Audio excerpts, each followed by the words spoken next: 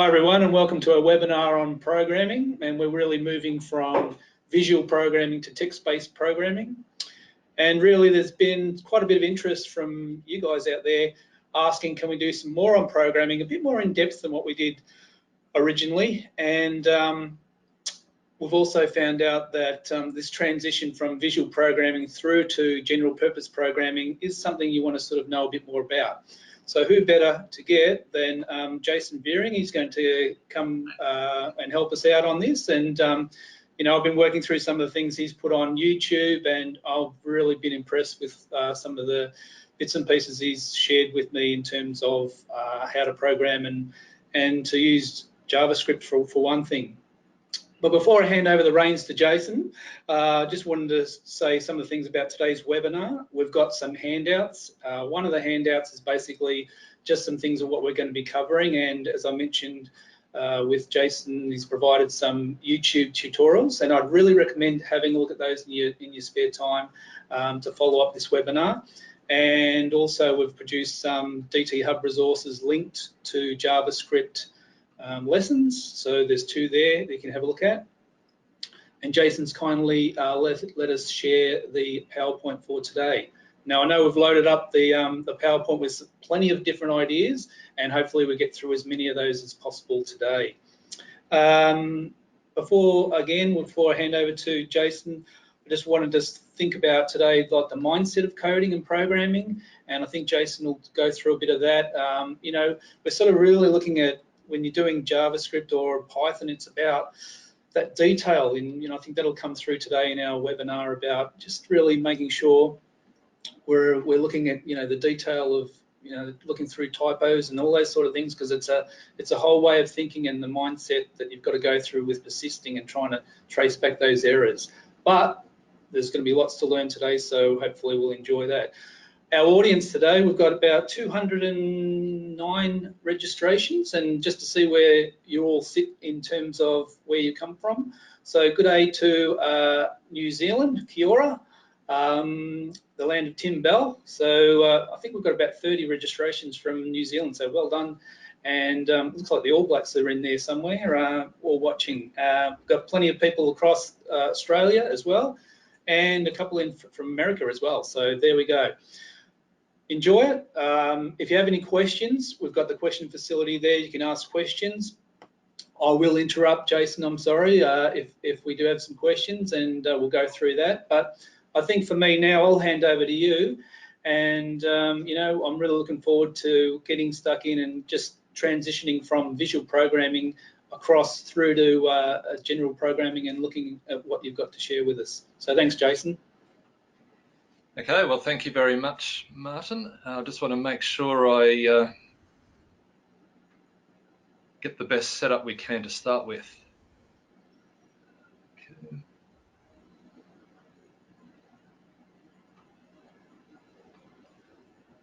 All right, so we're looking at moving from Scratch to text-based languages. We've got Python and we've got W3 schools.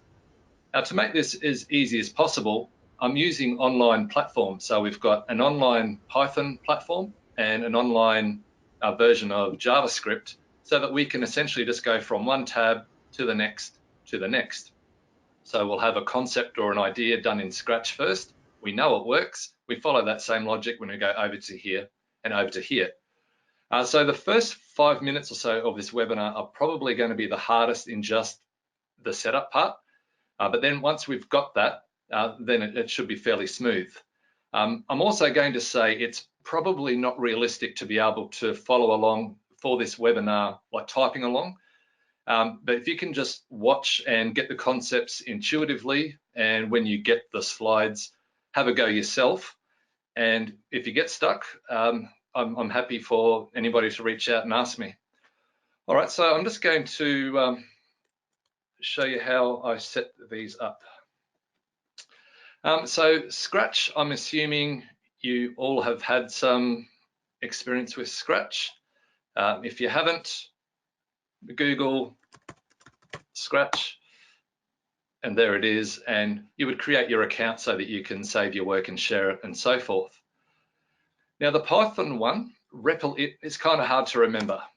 So if you Google online Python, there's a few that come up, and I found about 4 or so down. REPL-IT is the best one.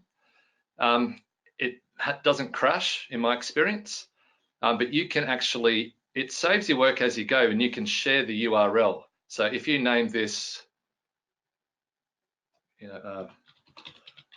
project 1, and then you can, whatever code you've done here, this is your input and then that's your output, you can just share that URL with people. So that's so much easier than regular Python, where you've got to put on your desktop and open up your command line and all that stuff. And same with JavaScript. I'm just going to use what's called W3 Schools. So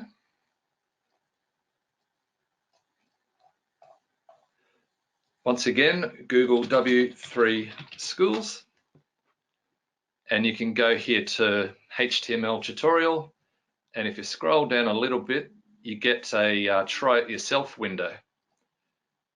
So this is regular HTML. Whatever happens on the left-hand side will go on the right-hand side. So if we, so this is a new element. If we run it, we get that over there. So that's HTML. Where does JavaScript fit in? I'm going to clear out the body section and go open script, close script, and basically this is where we're going to be working. If I run that, I'll get a blank screen. So that's just a little quick intro on the initial setup.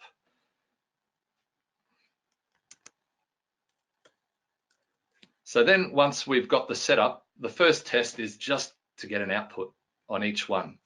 So in Scratch, we want to get the output of hello world, and then in Python, and then in JavaScript. So in Scratch, the output block, I'm just going to actually start again, sorry, is in looks. And we've got two choices here. We've got say hello for 2 seconds. So if we click on that, it'll say hello for 2 seconds. If we want to make the flag trigger it, we go to events, join those together. The flag will trigger that block of code. If you want a spacebar to trigger it, or any key that you want to assign to it. I'm just going to stick to the flag for now. And I wanted hello world. So when I click on this, hello world. So that's the output in Scratch. I'm assuming if you've come for the lecture of moving from Scratch to text, that part shouldn't be beyond you. All right, so in Python, the output is the print method. So this print here in parentheses tells Python that it's going to output something, and I'm going to write something inside quotes. So I'm going to write hello world, and when I run, I get my output over here. If I didn't have those quotation marks, you'll see that the color changes from red to black. So that warns me that it's a different data type than what it's expecting. That at the moment, that means nothing to Python, and you'll get a message to say, I don't know what that is. So when we write within quotes, that's telling Python that it's expecting a data type called a string of text, and it will output literally everything between the quotation marks. Good idea to use double quotes. You can use single quotes, but I'll show you a problem that can occur. So if we had single quotes and we went, hello world, this part, there'll be no problem. That's fine. But what happened if we went, it's nice to meet you? You can see straight away that the color has changed. So it's recognized this as a string of text, and it doesn't know what to do with that. So if I delete that, it will literally output everything that's inside the quotation marks. So you can do escape characters and all that. That's beyond what I want to do today. So what I'm going to do is go back to double quotes for the outside, and then that one inside won't matter. Now it's all red, no problem. Okay, so that's output in Python, and JavaScript is very similar, except instead of using print,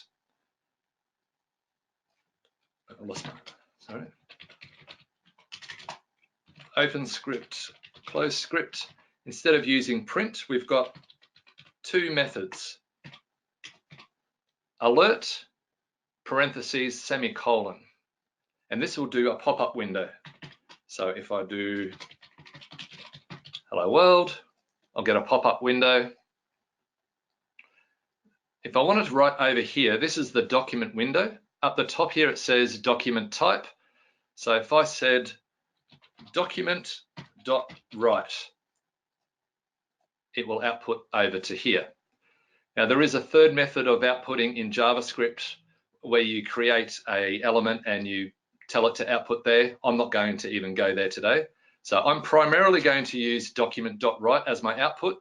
Occasionally I'll use alert if I want to do a pop-up.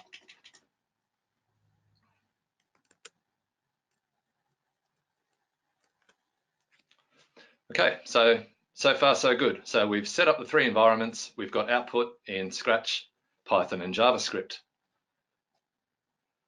Now, as well as output, sometimes your programs want input. So in Scratch, we've got an ask block, and when you click on the green flag, it will open up this prompt box. And in Python, it's input, and in JavaScript, it's prompt. Let's just have a look at some of that live. So instead of the say block, which outputs, in Scratch, we've got the ask block. Now, as well as saying what's here,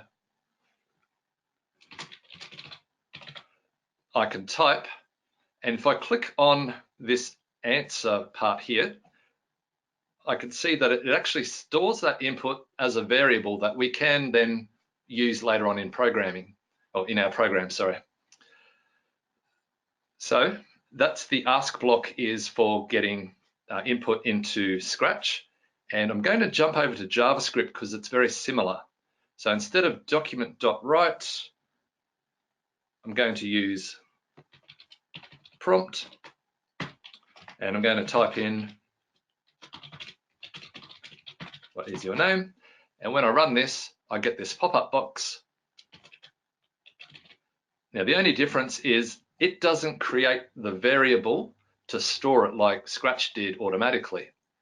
Now we can do that, and I'll be getting into variables in depth a bit later on, but I'm just going to say I've created a variable called name, assigned it a value of whatever the user input is, and if I want to output that,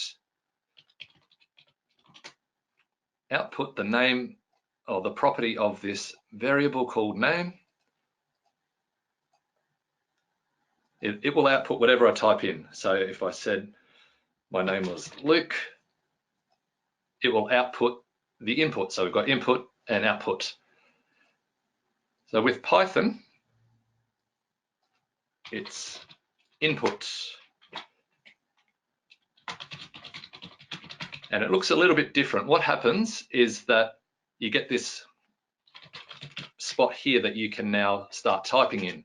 Prior to doing that, you didn't have an option to type. So if I create a variable called name, assign it a value of user input, it'll ask my name, and if I said my name is Tim, it's inputted, but I haven't output it yet. So then I have to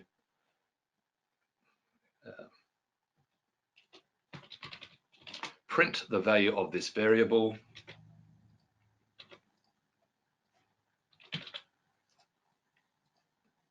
Let's try that again. Okay, so that's basic input and output.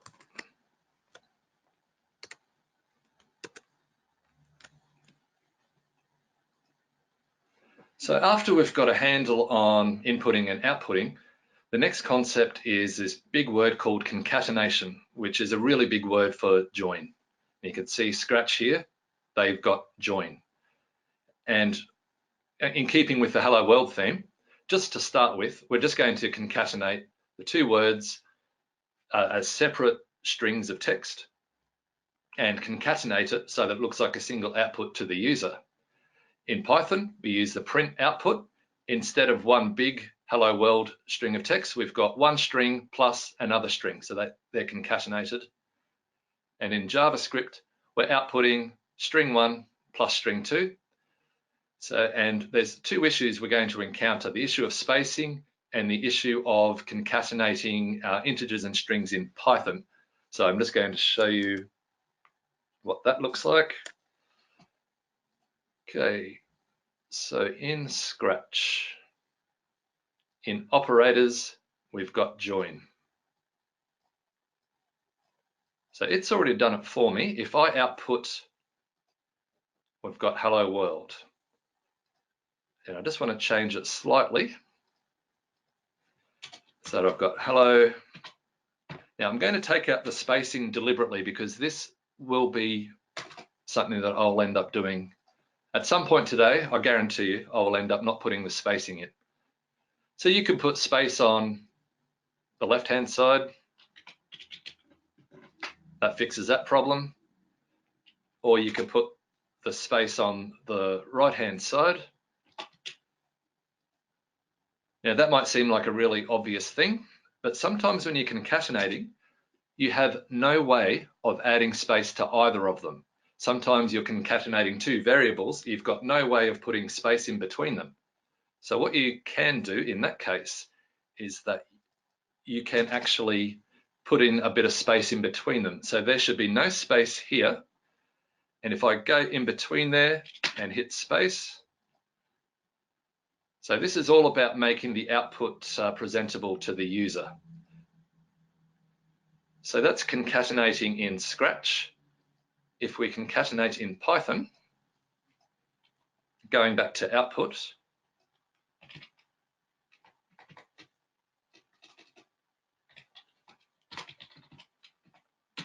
hello plus world, and if I do it with no spaces, we get that. So I could do a space on that side, sure.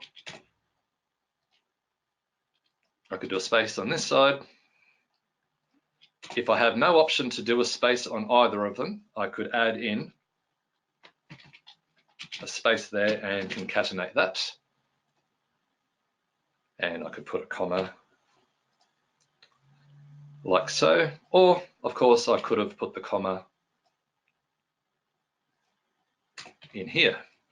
Now at this level, when I'm joining words together like this, it seems very simple, but when you're concatenating multiple bits of data, you really need to have a handle on this concept. So if I do the same thing in JavaScript,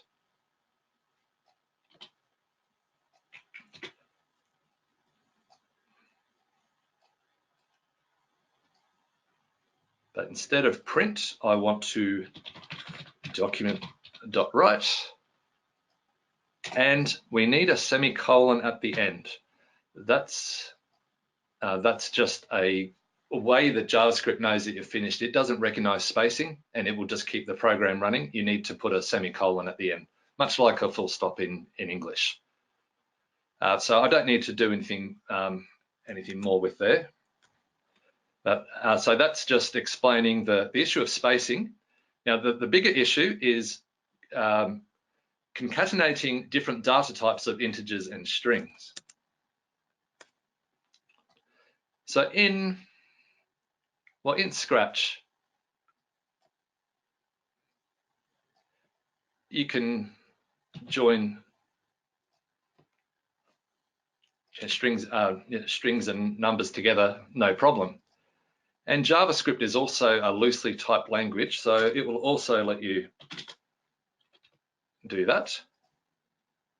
That's That's fine. Python, however, Python will have an issue. It says it must be a string, not an integer. So it wants me to convert this integer into a string format, which I do with the str parentheses command. And now that I've converted it to a string, it's joining string to string. And there we go. I stuffed up the spacing already. So at first you would think this is just really annoying. Why would Python make this? But there's actually a very good reason, and I'll show you in JavaScript. Let's say you wrote a program that adds 12 and 12, 24, that's fine. If somewhere in your program the integer converted to a string and you went to add them together, you're going to get an unexpected result. You're going to get this. Now you can imagine if you wrote a program for a banking company, say Suncorp, and you sold them this program and they lent money out based on your program, and you find out down the track that somewhere your integer converted to a string or whatever the problem happened, and it doesn't say that there's anything wrong, the program keeps running, well, the bank's going to have a problem, but you're also going to have a problem. So Python does this safety check of saying, I'm not happy to concatenate a string and a string and a number, unless you explicitly convert one to the other.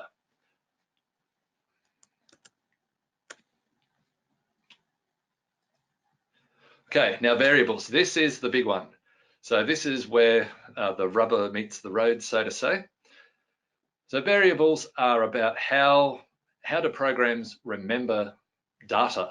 It's essentially, we've got a value, it puts it to the side, the program keeps running, and at some point down the program, it retrieves that data value. So if we have a look what I've done in Scratch here, that when we've created a variable called place and assigned it a value of world, the string of text world. When we output, that's going to say hello world. Now, if we change the value of this variable, still with the same name, to Australia, it would then say hello Australia. And then if we change the value of place to New Zealand, we would output hello New Zealand. And if we went to Lebanon, we would say hello Lebanon. So the key point here is that the bucket stays the same. It's the data inside that changes. And at any point in the program is asking for the bucket name. It doesn't really care what's inside it. It's saying retrieve this bucket. So if we have a look at Python, we've created a variable called place and assigned it a string of text called world. So we're going to output string of text plus this variable, and that will say hello world.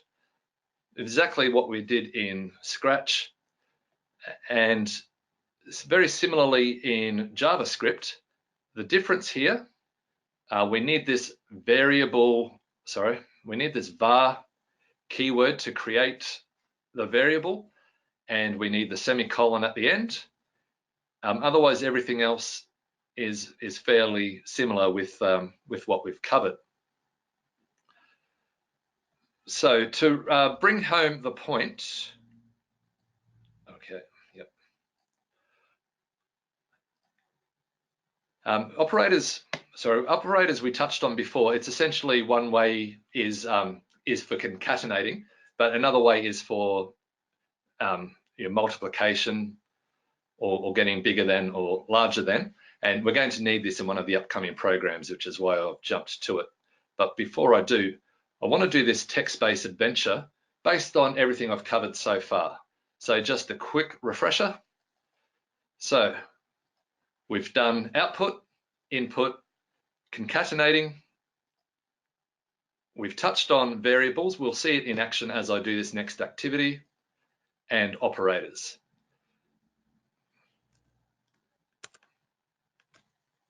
Okay. So what the adventure is that you start your game with 0 gold coins, you fight an ogre, you get 20 gold coins, and then a thief takes half of your money, leaving you with 10 gold coins. So I'm going to create a variable called gold coin, and I'm going to assign it a value of 0 to start the game. So this is the bucket and the 0 is the data.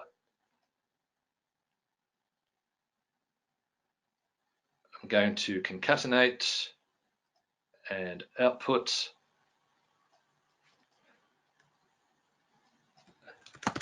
So you start the game with a certain amount of gold coins.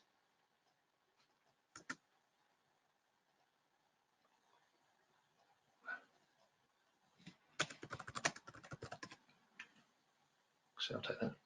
So it'll just say you start the game with an amount of gold coins, and it's whatever is inside that variable. So then we're going to change the value of gold coins to 10. And I'm going to say you fight and defeat an ogre and get 20.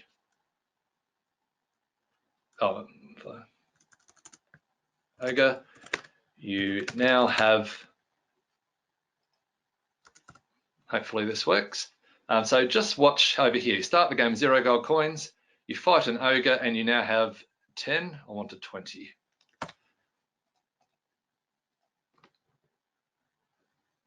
Okay, so this is why they're called variables, because the data, the value can vary. All right, and the last step in the game is that a thief takes half of your money.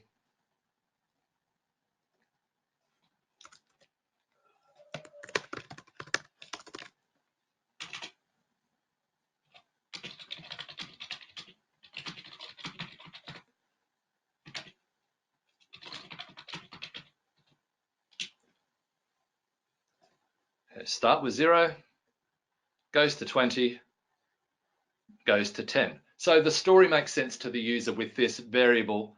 So you would take that off and just run the story. So variables are kind of something that happen behind the scenes. So this is fine if we hard code in the values, but what happens if we've written this big long program and I want to start the game with 100 gold coins? Is the story still going to make sense? I should start with 100, get 120, and when I fight the ogre, and then end up with 60 when the thief takes half of my money. So I start with 100, I end up with 20, and then 10, because I've hard-coded these in. So the convention is, when you're changing variables, is you set the variable name to the current value of gold coin plus the change.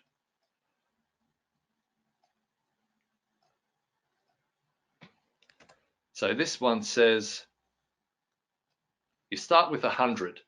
Now that variable called gold coin is assigned a value of 100 plus 20.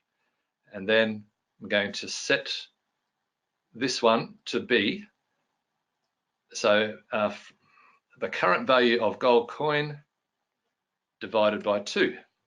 If I run this at 100, yep, 120, that's good. 60, good. If I change it to 480, I'm expecting to go from 480 to 500 to 250. 480, 500 to 250. So I've done this in Scratch, and the whole build-up of this webinar was moving from Scratch to text-based coding. Instead of me typing this out, I do have some snippets, so I'm just going to talk you through rather than type it all out.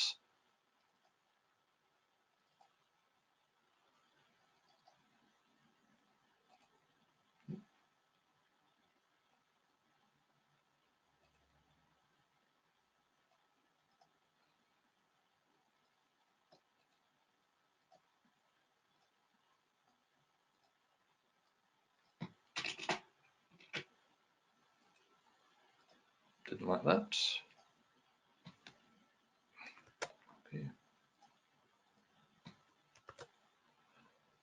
Okay, so if I run this, we get the same output as we had in Scratch. So we started the game, we created a variable called gold coin, assigned it a value of 0. Single equals. Try and get into the habit of saying assigned a value of, because in programming, comparing one side to the other is actually two equal signs. So I created a variable called gold coin, assigned it a value of 0. We output with this concatenation here, start the game with 0 gold coins. Now, if I didn't do this string conversion, I'm going to get the error on line 4 must be a string, not an integer. Okay, convert that to a string. Now it's happy. Okay, I've commented out the code with the pound sign here just to let you know the sequence. So here we fight the ogre. So gold coin now is assigned the value of the current value of gold coin plus 20. Exactly what we did here. Gold coin equals gold coin plus 20. We output, you now have however many gold coins is inside this variable called gold coin. And lastly, a thief takes half of your money, exactly the same sequence.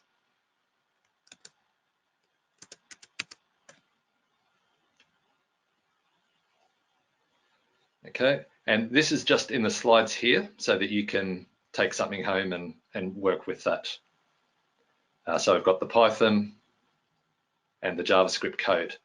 So if you use those environments from the beginning, you can try and type these in, or Martin and myself might be able to arrange for you some code to just paste in. Okay, unplugged activity for bringing home variables. So we're using Mentos and bottle caps to demonstrate variables. So what I do, it works better with small groups. If you've got a class of 30, you might want to break it up into groups of 5 or 6. And you say to them, use these Mentos, this kind of big packet, because it's hygienic.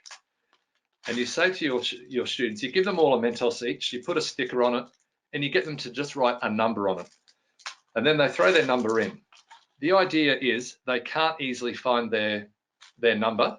And you say to them, you've got 3 seconds to find your number.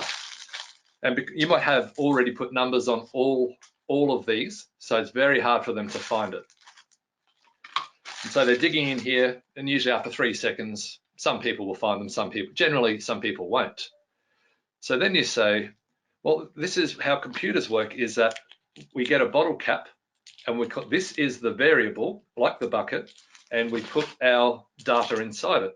So if this was number 50, and our variable was called age, we can now throw this in there.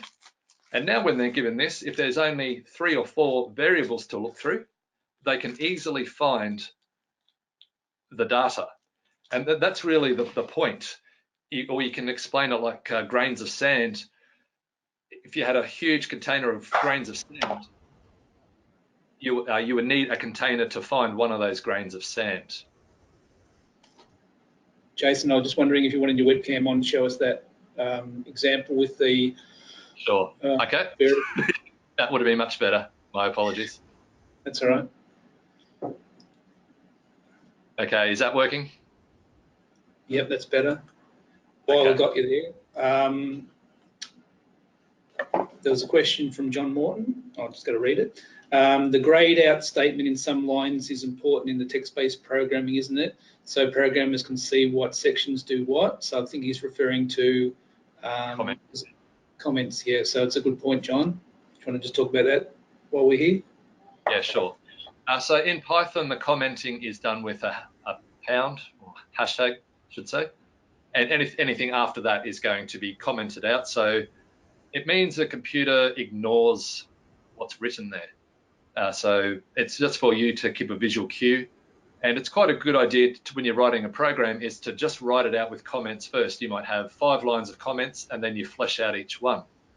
In JavaScript, it's 2 forward slashes for a single line, or it's a forward slash and asterisk as a start and finish. And I'll show you that when I go back on there. Yeah. So, okay. Yeah. Thanks, Mike. So with this idea of variables, so we've got this big container of Mentos. So I'll get one of those big, they're nice and hygienic. And it's best if you go to the effort of writing a lot of numbers on yourself and you give a few to the students. So basically they get this big bucket of Mentos with numbers on them, and you say, okay, find the one that you wrote, and they're rummaging through, they can't find it. And so you do that demonstration. Then you get a bottle cap. You put a sticker on here, you write the name of the variable on here. So the variable name might be fruit and the value might be apple. And you throw that in there. And so now when they're looking through there, you've only got 2 of these, and so it's easy for them to go, okay, that's my one. Now I do actually have a video on that, one of those YouTube links of me doing this activity with my children, so it might put that into a bit more perspective. Okay, hopefully that's covered that point. And okay, so while I'm here, yep, the hashtag for Python in JavaScript, it's 2 forward slashes, and you can see the color goes green. If there was multiple lines, I think of it like a bat and ball. So the ball wants to stay on the inside and the bat's on the outside. So you could have multiple lines here, and that code is all commented out.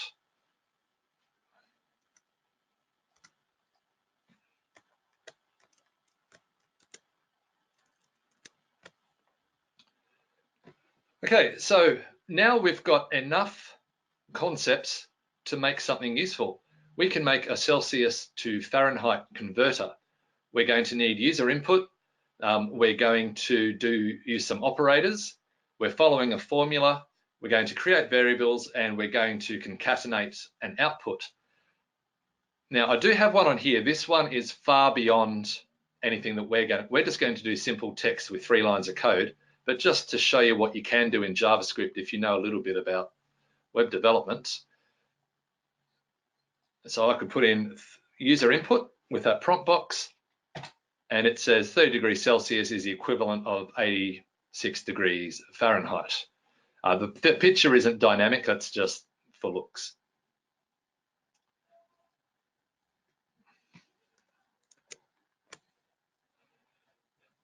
So we can see in Python it's only 3 lines of code, and in JavaScript it's only 3 lines of code.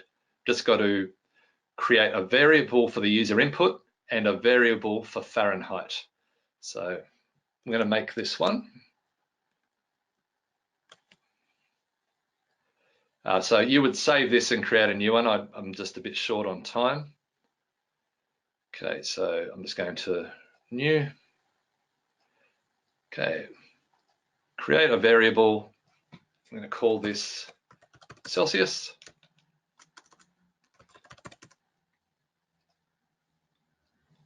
And a second variable called Fahrenheit. Have I spelled that right? Okay, so I want to get user input. So I need that ask, and I can prompt the user to say enter degrees Celsius, and at the moment it will only run those 2 blocks of code, but at least I've got somewhere I can input.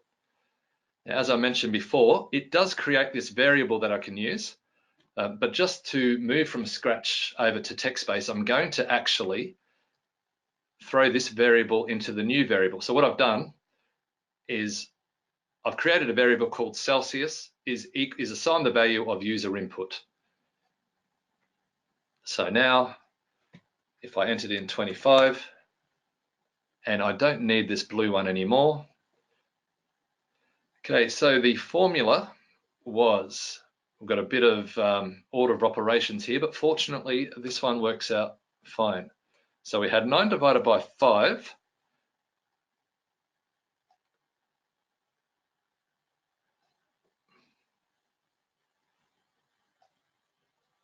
plus 32.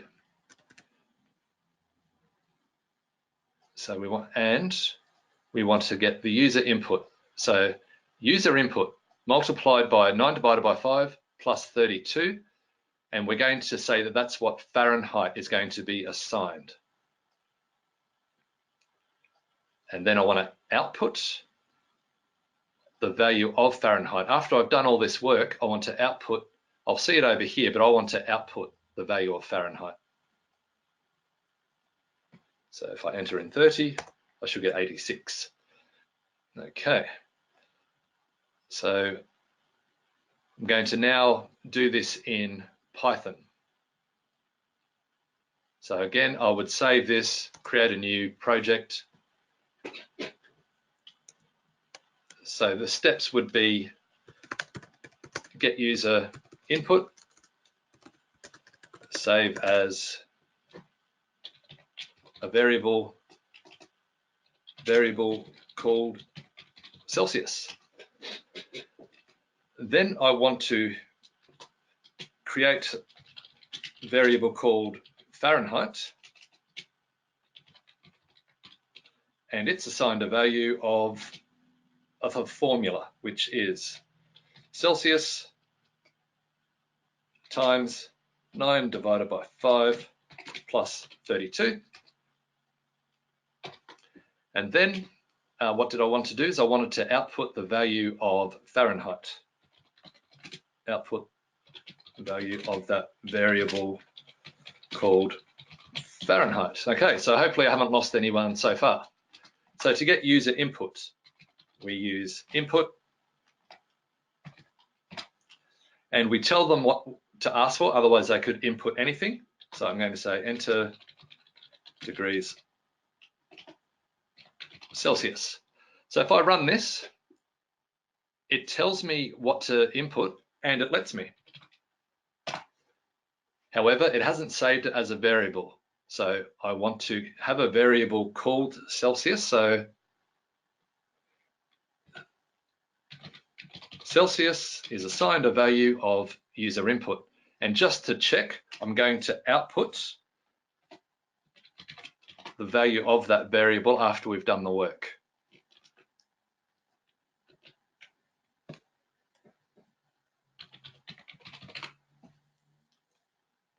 So I can input 20.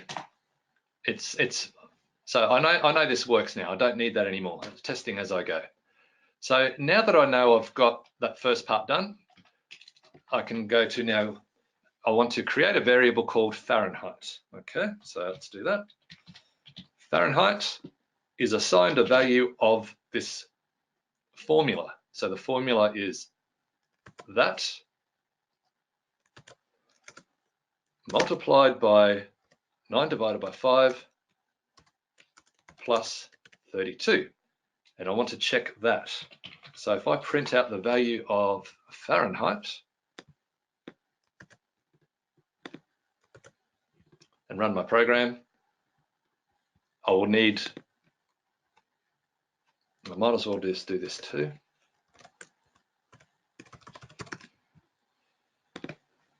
Okay, enter degrees Celsius, let's say 34.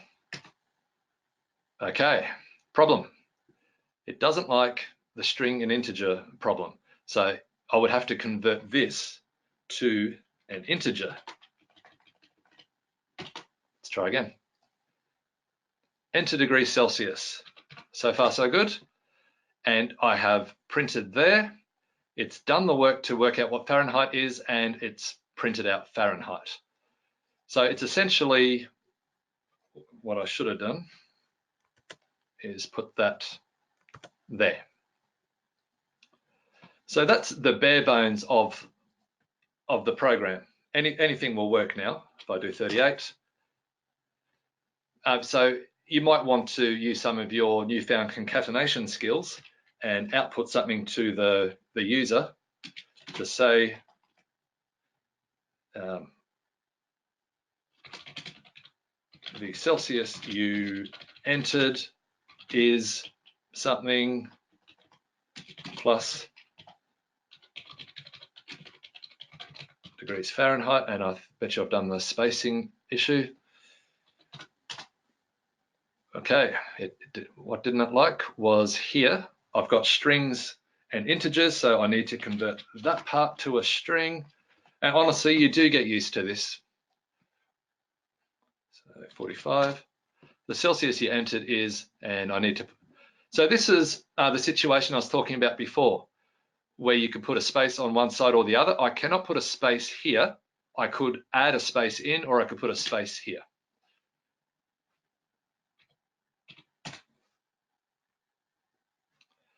So you could even take this one step further, and instead of saying the Celsius you entered, you could actually put in, because you've got a value of this, so you could actually say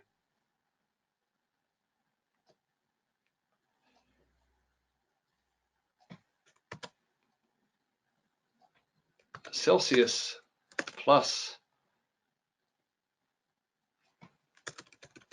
degrees Celsius. Now, of course, I've learnt from my mistakes and I need to convert that to a string.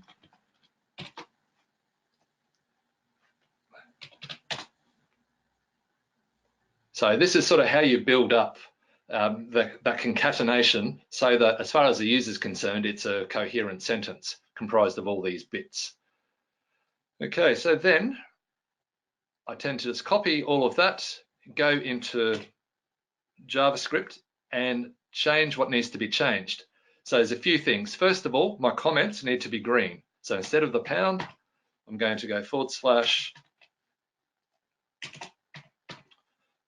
Okay, so the next thing is I can't just say Celsius equals input. I have to go, I need the var keyword, which is blue, and I need a semicolon at the end. Var keyword to create the variable, semicolon at the end. Instead of print, and I also don't need to do this conversion. I'm going to get rid of that first because JavaScript doesn't mind, and it actually will error if I left those. Maybe I should show you that.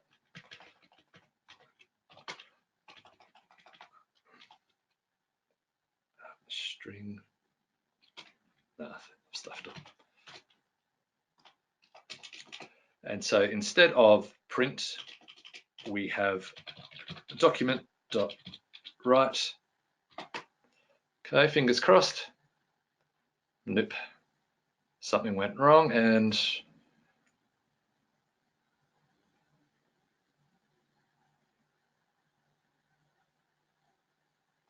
here. Okay, it doesn't like that I've got this conversion. So I did get to show you after all. Okay, if you get stuck with JavaScript, right-click, inspect element.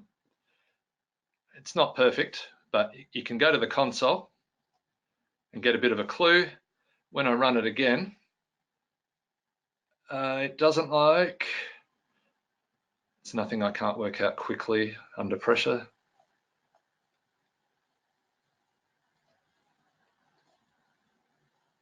It looks like I lost my work anyway. Well, anyway, that's the concept. So variable Celsius equals user input. Variable, I need to put in variable Fahrenheit equals Celsius and document.write. I'll need to fix that up. But even though I've got something wrong there, I hope you got the concept. Once we can do one converter, we could convert Australian into US dollars. Now, I won't run through all of this, but it's exactly the same concept. User input, create a variable, create a second variable, which is user input. So the first is the dollar amount you want to convert. The second is the rate of the conversion, multiplication, and you can see we've got the Python and the JavaScript there. Okay, how are we going for time? Let's have a quick check. All right, looks like 10 minutes to go. Everyone still, haven't lost everyone? Yep. Okay, one more concept I would like to get through, if we can, is arrays. So arrays are the next step after variables, and essentially, it's more than one item inside the bucket. I'm just going to go back to the camera for a second.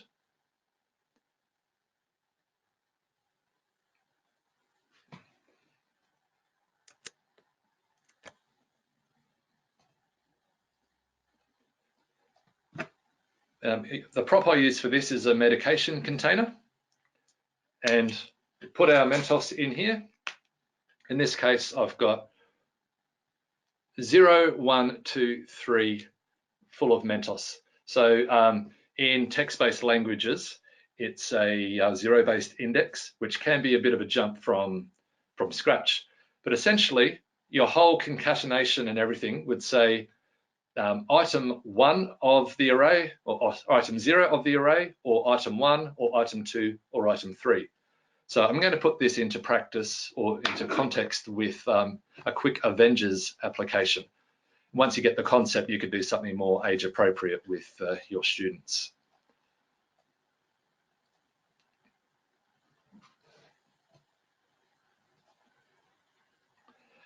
So we've created 4 items, and what we end up saying is we're doing this concatenation, but we're going to say output item 1 of the array and then some text. So this is going to say Thor is my favorite Avengers character because he is in item 1.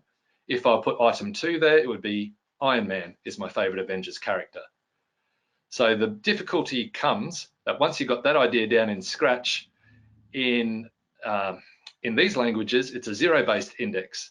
So 0, 1, 2, 3. So we've got it's like an array, but it's got these square brackets. Sorry, it's like a variable, but it's got these square brackets, and we're going to output the 0th item if that's a term, and it will say Thor is my favorite Avengers character. So I'm just going to quickly do these and see if we have any issues.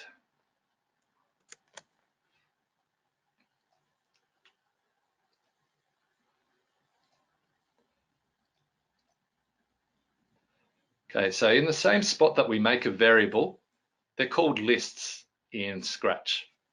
So if I call this, it's the same thing. It's a bucket that has a value inside it, and I'm just going to add Thor, Iron Man, Wasp, Doctor Strange.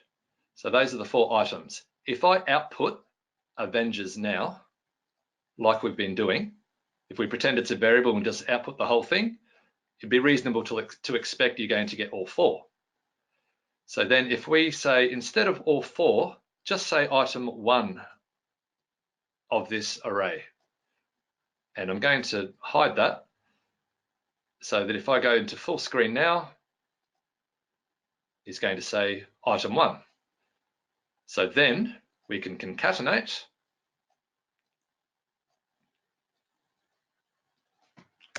Here's my favorite Avengers character. Okay, so if I put in item 2, we're going to get Iron Man. If I put in item 3, we're going to get Wasp. And if we put in item 4, we're going to get Doctor Strange. Okay, so hopefully I haven't thrown you too much there. So in Python, same as a normal variable, square brackets though, string of text, for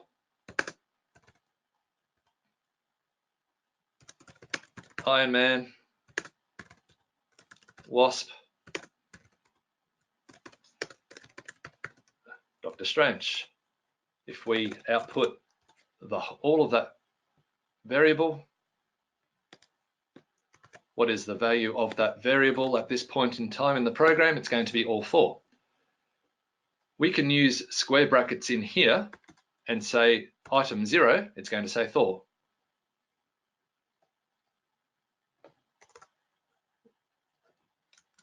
Item 1, Iron Man, 2, and so on. Now what happens if I go 0, 1, 2, 3? What happens if I go to 4? Error, out of range. So between 0 and 3 are our choices for this one. So I'm going to now do this in JavaScript.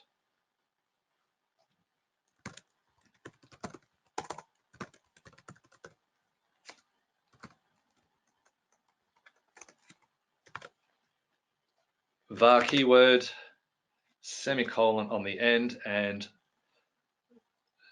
document dot write. Out of interest, if you leave that as print and run it like I have, you end up printing like a Word document tries to print of your screen. Okay, so we've output 0, 1, 2, 3, getting the same result that we've been expecting. So that's the concept of arrays, and then of course we can concatenate. Jason, I've got a question. Sure. Roger asked a question.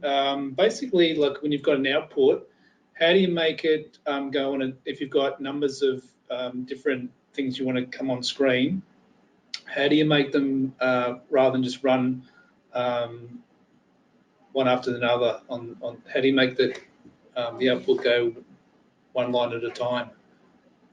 Okay, so instead of, I think I understand the question is saying instead of that you would how would you get Thor and then Iron Man, then Wasp and then Doctor Strange? Correct. Yep.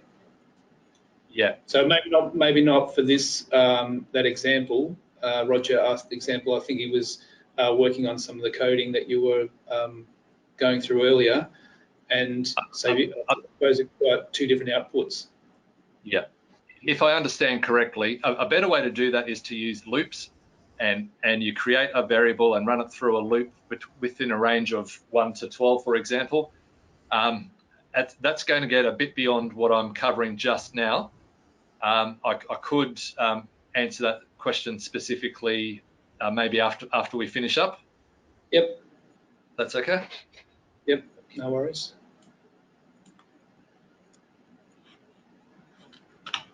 Okay, so that's starting of arrays. Now, instead of hard coding arrays like we did back here with a 0, 1, 2, or 3, we could create a random.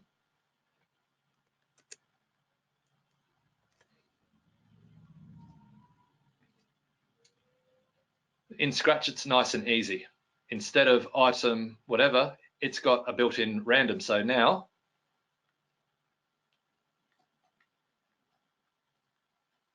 it will just randomly pick one of those items of the array in your concatenation,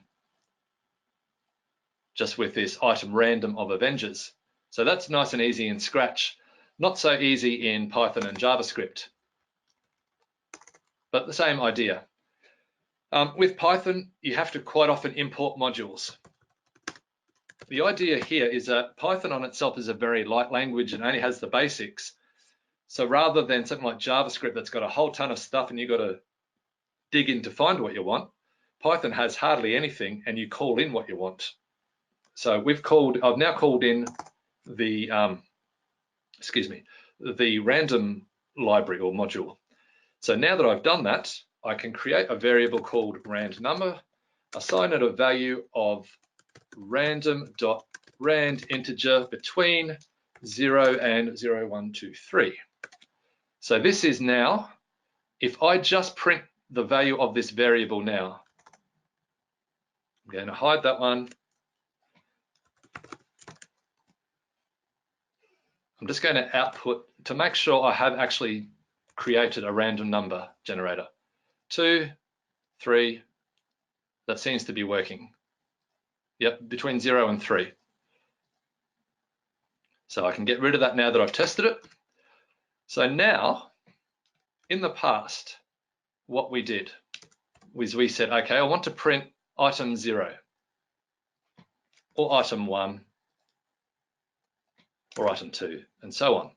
Instead of hard coding in a number, we can actually put in this variable now that we've tested, we've output it, and it generates a random number between 0 and 3.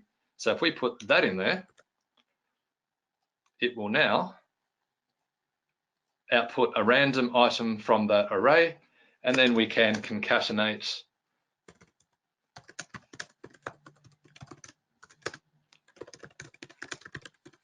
and I'm going to do the spacing issue on purpose. You'll see that all the time.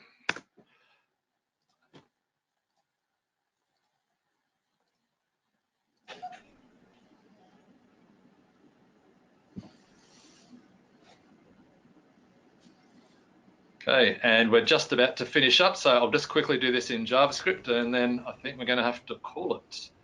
So a variable here, Avengers, print either 0, 1, 2, or 3. We're going to create a random number. This is a bit messy. I'll do my best to random. I'm going to document.write the value of that variable, randnum.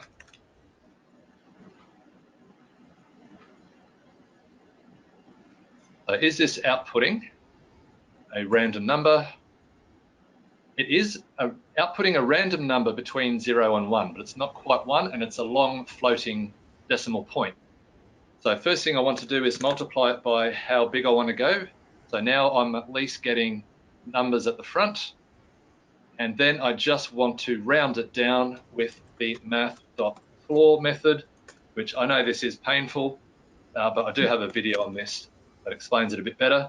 But essentially, we've done the work. I've got a variable number between 0 and 3 now.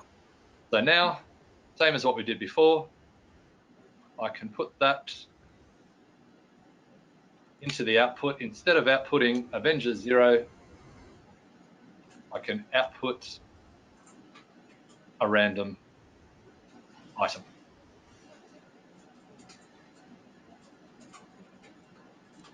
All right, so we are at 5:30, so do we want to call it for today? I think so, yep. If you turn your webcam on, just want to say thanks, Jason. That's amazing work under the pump. A lot of people giving you the thumbs up as you're going along, obviously getting a lot out of it. I know it's still a lot to build on, but you've given us some real good fundamental programming skills. And, to look at those skills across the 3 languages, I'm sure everyone's picked up something that they didn't know before, and also just some things to, you might want to work on some questions. So, as I mentioned earlier, we've got the handout there that there's, I think, about 4 of Jason's tutorials. I really recommend you have a look. One of the questions was, do we do this at year 5, 6? Should we be doing some text-based program for year 5, 6?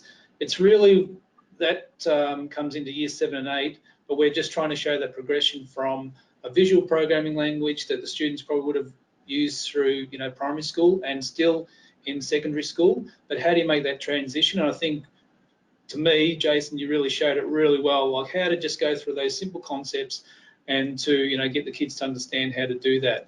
It does all take time, but, basically I think having the teachers sort of understand some of these concepts as well is going to be really useful. So I can just say thank you, Jason, on behalf of everyone, and thanks for attendees for, I think you had everyone in the watching along, and some people were actually programming with you from what I could see. So great work under the pump, and really appreciate it. And what we'll do after the webinar is finished, you'll get the attendees will get a chance to just provide some feedback, and if you've got any other questions, send them through. We'll deal with that after the webinar. But so thanks, Jason, and we'll be in touch very soon, mate.